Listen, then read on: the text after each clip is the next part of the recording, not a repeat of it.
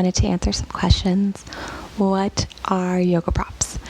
So there are so many kinds, and I know when I was a beginner yogi, I really felt self-conscious to use props, and I think that we should squash that because they're so beautiful.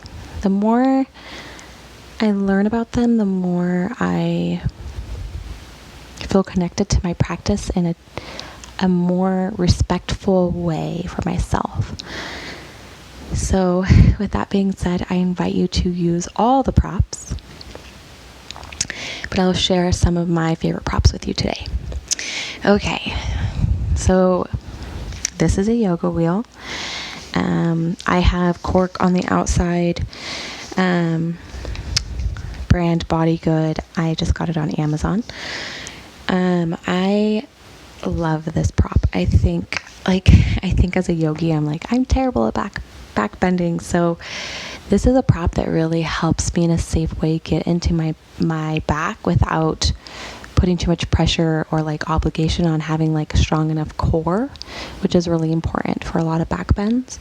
So the yoga wheel is an incredible resource. You can use it. I mean, even if you just want to, sit against it, whatever you want to use it for, it's a really incredible. When you get more advanced, there's a lot more things you can use it for. Okay, what's next? The next is the yoga strap. This is really awesome if you feel like you aren't flexible enough and you can't reach your toes, or when you try to reach your toes, you're bending your back too much. Of course, having a tall, long posture is really important. So the strap is probably, I would recommend it to be the number one yoga prop that you buy. Just because it's absolutely necessary. They have them in different lengths. Personally, I just like to buy the longest one because I feel like I can do more with it. And then I don't have to buy multiple in different lengths. This is the yoga wedge. So you can, I don't know if you can see, but it's kind of thinner up here than it is down here. This is really nice if you have a hard time sitting your pelvis forward all the way. I'll show you really quick.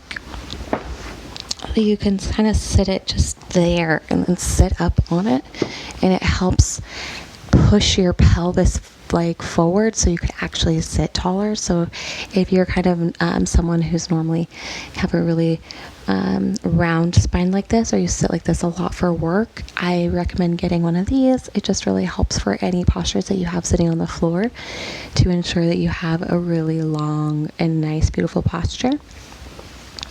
There's also some other great uses for it. Example, you can have your palms up a little bit higher if you feel like you have wrist pain. It kind of helps alleviate that as well. So that's another great use for it. And there's so many uses for everything. The next one is the yoga bolster. I have a really firm one because I like to really use it for support. I want if I want to sit up like this, I'm able to actually trust that it'll hold me. I also like to sit on it. You can sit on it. Also, to have a straight spine. You can use it for laying on your belly if you do a lot of yen. I recommend getting a bolster. It's really just a great prop to have in general. It's also really comfortable. And if you are pregnant, it's really nice just to have it so when you lay on your side, you can put it underneath your legs just to support your hips a little bit more. The next one I want to talk about is the yoga jellies. These are incredible. So just like the wedge, you can use them underneath the palms of your hands to lift your to lift them up off the ground a little bit more. So it's just really nice support, especially if you feel like your wrists hurt a lot from yoga. I definitely recommend getting these. They're necessary. I occasionally do hurt my wrists if I'm not like really careful in warm up, so these are really great. They have them in so many beautiful colors and they're really awesome. You can also use them underneath your elbow or your knee. If you're doing something, maybe opening up your knee, you're pulling it in towards kind of whatever you need it for, it's there. Another one which is similar, these are just they're just like it's not jelly like the other one. This is more of just like a padding, which is also really great, again, for your elbows, knees. You probably could go without getting one of each. You could probably just get one or the other, but they're both great. This is my meditation pillow, which, if I remember correctly, it has corn husks or something inside. You can take them out, put more in. It's really up to you. This is HAH brand. I know that they're local to Portland. It's definitely been one of the best pillows because it, like, the stuff in there moves around, so it allows it to form to your body instead of just being kind of like a hard cushion. So I definitely, above all meditation pillows, I recommend this one. And last but not least, yoga blocks. So I have a couple kinds. I have the foam yoga blocks, and then I have a cork one. I personally like the cork one more, just because it really is more stable, I think. Like, I can put weight on it and I know that it's not going to give at all. So I really love having one of these for standing postures where I want to put my hand on the ground, but I need to bring the ground closer to me. So I actually only have one of these because I don't feel like I need a second one. However, the foam blocks, I feel like you can do the same thing with the foam blocks as you can with the cork blocks. It's just not as stable. So if you're looking for a ground to really put a firm amount of weight on, these give a lot. So I don't find them to be really useful in that way. But since they are a little squishier, I can sit on them. If I want to sit on my knees or my heels, I can put them underneath my sit bones.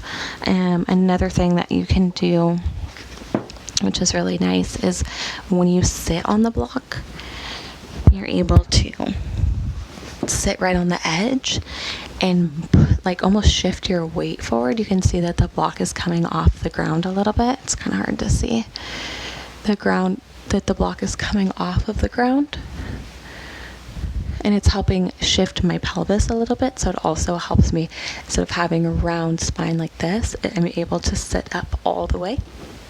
So that's another thing that it's really nice for. So I like just having each of them around.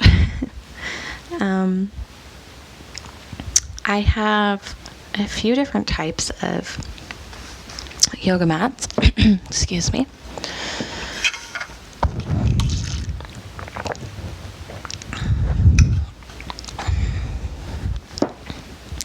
I have a few different kinds of yoga mats. The one I'm using right now is Jessica Oli's Moon Phase mat, which I love, love, love this mat.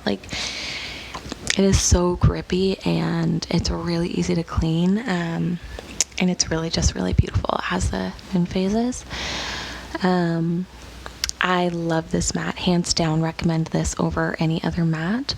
Another one I have is Vision Lab with Alex Gray's art on it, which is beautiful.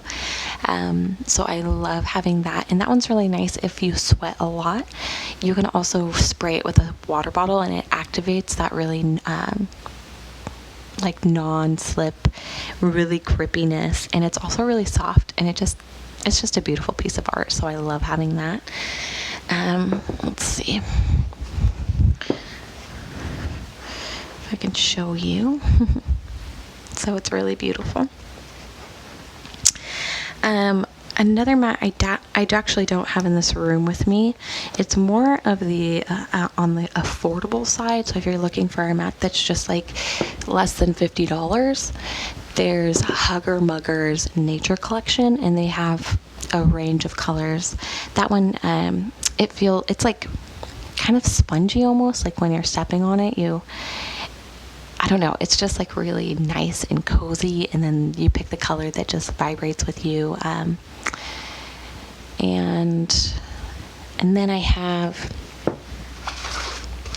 a mat that I don't use as often just because it's really thin.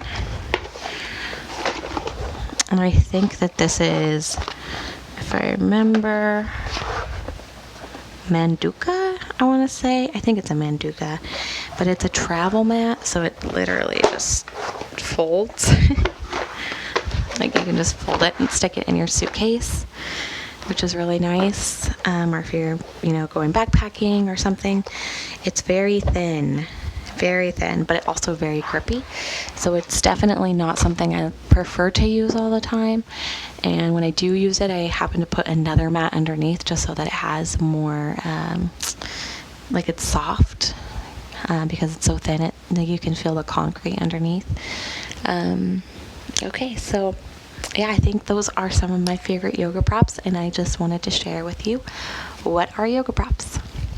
If you have any questions, you can comment them below and I will answer them as I can.